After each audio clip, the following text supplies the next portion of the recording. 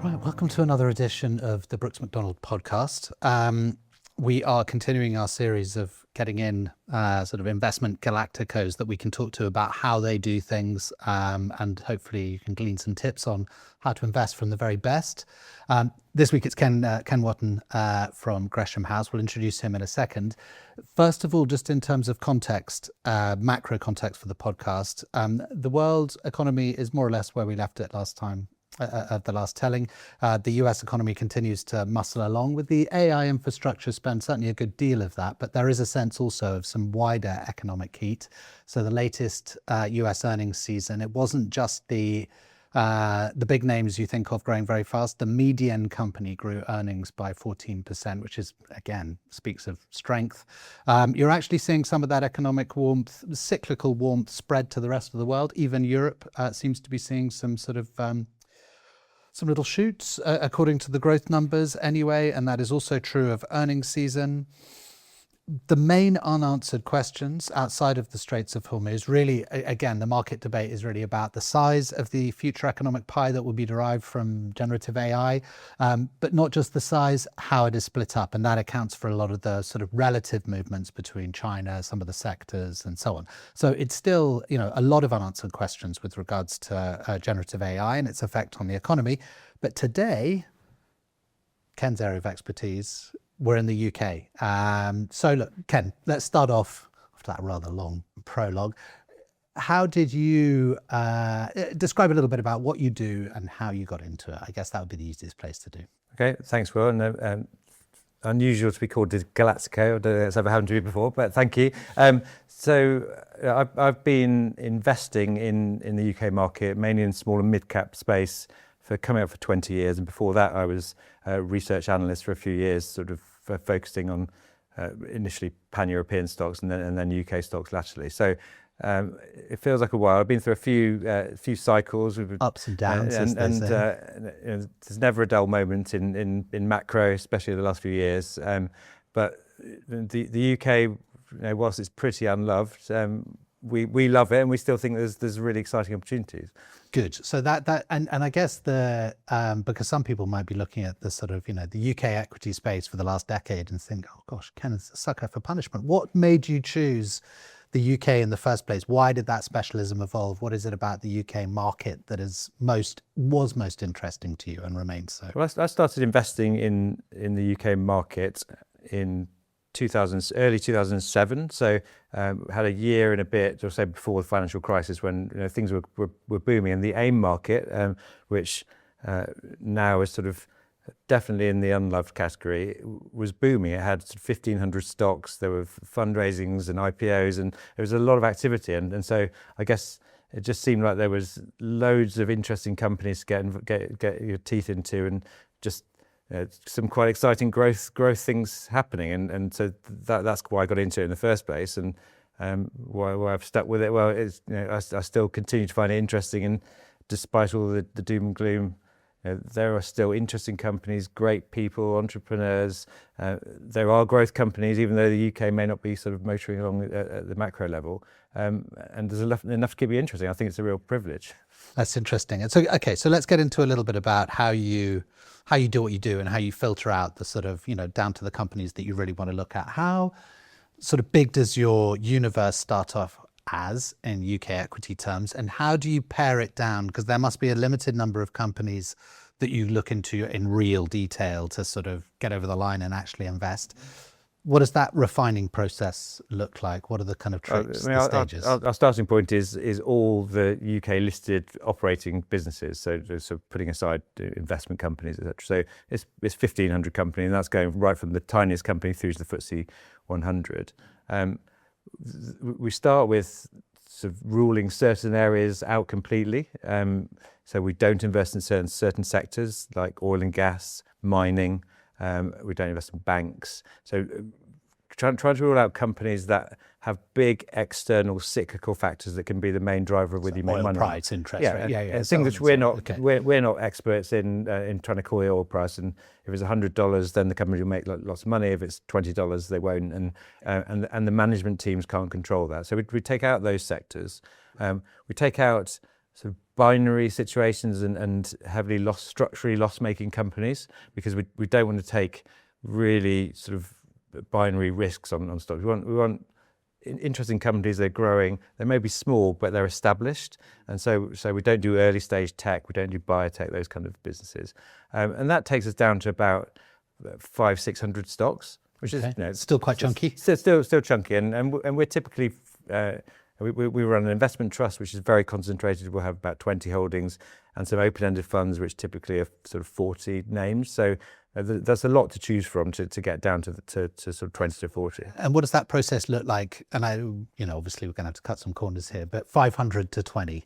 Yeah. What does that sort of look like about getting, what does the best of the best need to be in order to get through that process? Really, we're looking for good quality companies that we think can grow their earnings over the next 3 to 5 years, and then businesses that we can that fit those characteristics, which we can buy at prices we think mean we can make money.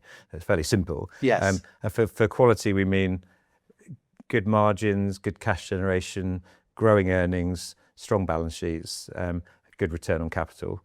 And on a valuation point of view, each company is different, each sector is different. So we don't have a binary view of a sort of P multiple must be below X for us to invest. But we try to sort of evaluate what multiple to pay for a company, not just by looking at their own history, just by looking at other listed peers, but also looking at transactions where companies in private markets, where the whole business has been bought and sold, and what price of private equity or corporate buyers paying for a company. That's, I think, a decent indicator of the fundamental value at any point in time of that type of company. And that I find it's a really useful benchmark, which not all public market investors do because they're quite focused on listed companies. And sometimes those two sides, private markets and public markets, get very out of sync. Yes. So in a huge bull market, private equity is floating all their businesses and selling to the market at a high price. And then in times like now, where the UK market is out of favour, private equity are buying for the market. There's lots of takeovers. And one of the main reasons for that is that the valuations are out of sync. In some cases, we're seeing companies that have great financial characteristics, good growth prospects, look very similar to a private company over here, yet the multiple is half. So that's interesting, because that gets us onto a little bit about, I guess, how much you can focus on the stuff outside of the company. So you've sort of described a little bit about how you refine down the list to 500 and then to the 20 stocks. You've ruled out sort of companies that are sort of too much enthralled to a single dominant, influence as such. UK politics, now obviously we've had a couple of interesting speeches about potential advisors, thinking about Andy Haldane and, one of the sort of your bugbears about institutions being underinvested in the UK. What would you expect from this incoming government? How much do you focus on politics anyway? Do you just try and keep it out? Is there a kind of filtering process for what's noise and what's substance for your investment process? I think it's a highly dangerous game to try and predict what's, particularly in the last few years, predict what's going to happen in politics and how that will flow through to companies and markets. It's not to say they don't have an effect, because clearly they do, and particularly on sentiment. But markets and companies want stability, they want certainty, and if taxes are here or they're here, kind of, it may be better for a company for it to be a certain way, but at least if they know what it is, they can plan. And so that's the thing the thing we haven't had for the last few years has been stability and clarity about what's going to happen, and that's been a big problem, and that's what's created sort of volatility and poor sentiment. I think we've had 18 different industrial policies since 2017. Yes, that sounds like we haven't really had a policy. Which is tantamount. But we've always tried to do this throughout market cycles. Try to build a portfolio of companies that are not super cyclically exposed and they don't require the macroeconomic conditions or the political conditions to be a certain way in order to be able to be successful. They've got a degree of sort of control over their own destiny, and that might be because they've got structural growth drivers in their end markets. It might be because they've got a specific competitive advantage that we think can endure, and they can take market share regardless of whether the economy is growing. Or it might be that they've got self-help levers that can create value. They can dispose of an asset, or they can make an acquisition which is going to be really sort of compellingly strategically interesting for them. Or there's something else which they can do which doesn't require Andy Burnham to do X in order for them to be successful. So if we've picked the companies correctly, we've got good quality businesses with strong, agile management teams that can adapt and that can sort of, effectively run their businesses and drive forward regardless of the bigger picture. Even, and I'm not saying they're going to be insulated completely, but if they largely can control their own destiny, then the current environment is one where they can emerge from it stronger. So they can take the good management teams never waste a good crisis. They can take market share when their competitors are sort of flapping and not knowing what to do. And that's kind of the businesses we like. And so how do you do, is there a sort of pecking order for you? Because you mentioned a lot, like quality of management being a big deal. And so I know you guys spend lots of time interviewing management. Where does, the score coming out of those interviews tally in pecking order terms for, the quality of the underlying business, or the sort of, the free cash flow profile, all of that other sort of... They all interact with each other. Yeah. But I'd say, particularly in small cap, the quality of the management is the single most important thing. And when we talk about evaluating the management, it's not just about interviewing the CEO and kind of deciding whether or not they're talking sense and whether we like them. It's much more sort of involved in that. It's trying to reference the people with third parties, people that we know through our network that have either worked with them or have directly interacted with them as competitors or as customers, trying to build a bit of a three-dimensional picture of the person's or the key people, their strengths and weaknesses, and also the fit of their track record to the specific situation. And then it's not just about the CEO, it's also the quality of the non-executive board.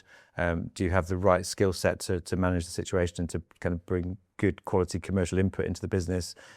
And are the incentives right? Do the management own equity in the company? Do they have a long-term view?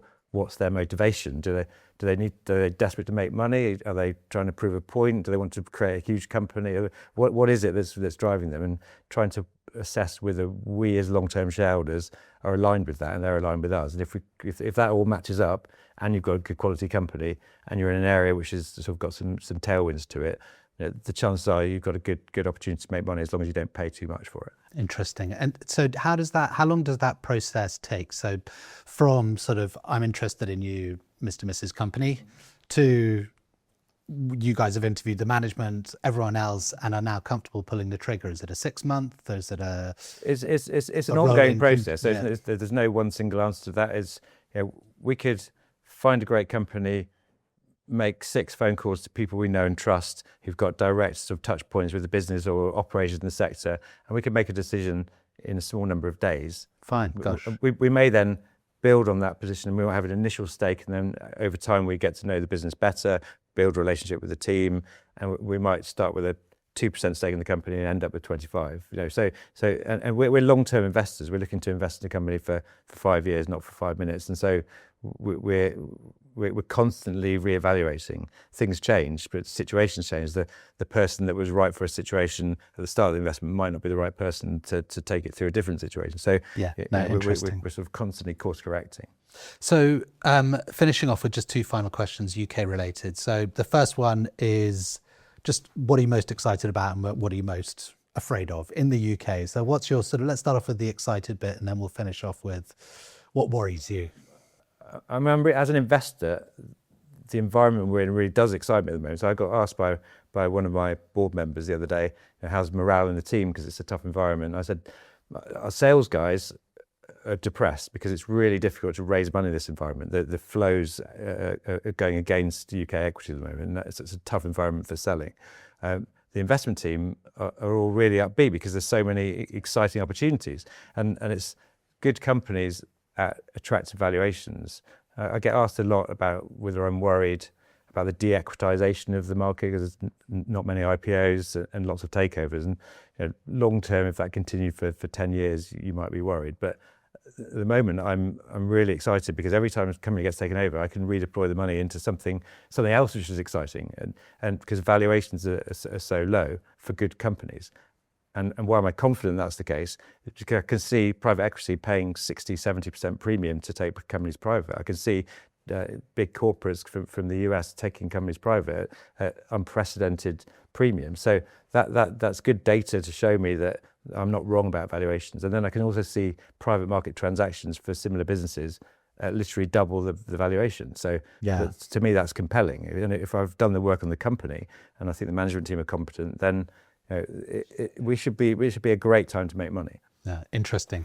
And the thing you're most worried about? The thing I'm most worried about is that flow dynamic. And you mentioned it earlier on, the kind of domestic pension funds and wealth management companies still allocating away from the UK, which we could get into the politics of that and the sort of whether or not you think morally that domestic institutions should be supporting the UK economy, which I do believe. But there's a compelling, I think, generational valuation opportunity in this part of the market. Yet our own institutions are taking money out. I mean, it makes no sense to me. And that's why the valuations are low. The good thing is that that could turn quite quickly. So I'm worried that it continues. I'm worried that people take money away from us right at the wrong time. But if they don't and they stick with us, I think there's a really, really compelling opportunity to make money at the moment. Well, we agree. So in our multi-asset class funds and portfolios, we've got an overweight UK equities at the moment. That's been since before I arrived. That's done very well in the last couple of years, and it's still doing okay in the current market environment. So, but Ken, look, thank you. That was really so interesting. Thanks, Will. Thanks for having me. And thank you all for joining us. Hopefully you got a sense of just what it takes to be right at the frontier in terms of picking stocks, particularly as a long-term investor. But as usual, please get in touch with any questions, abuse and disagreement, and we will be back shortly.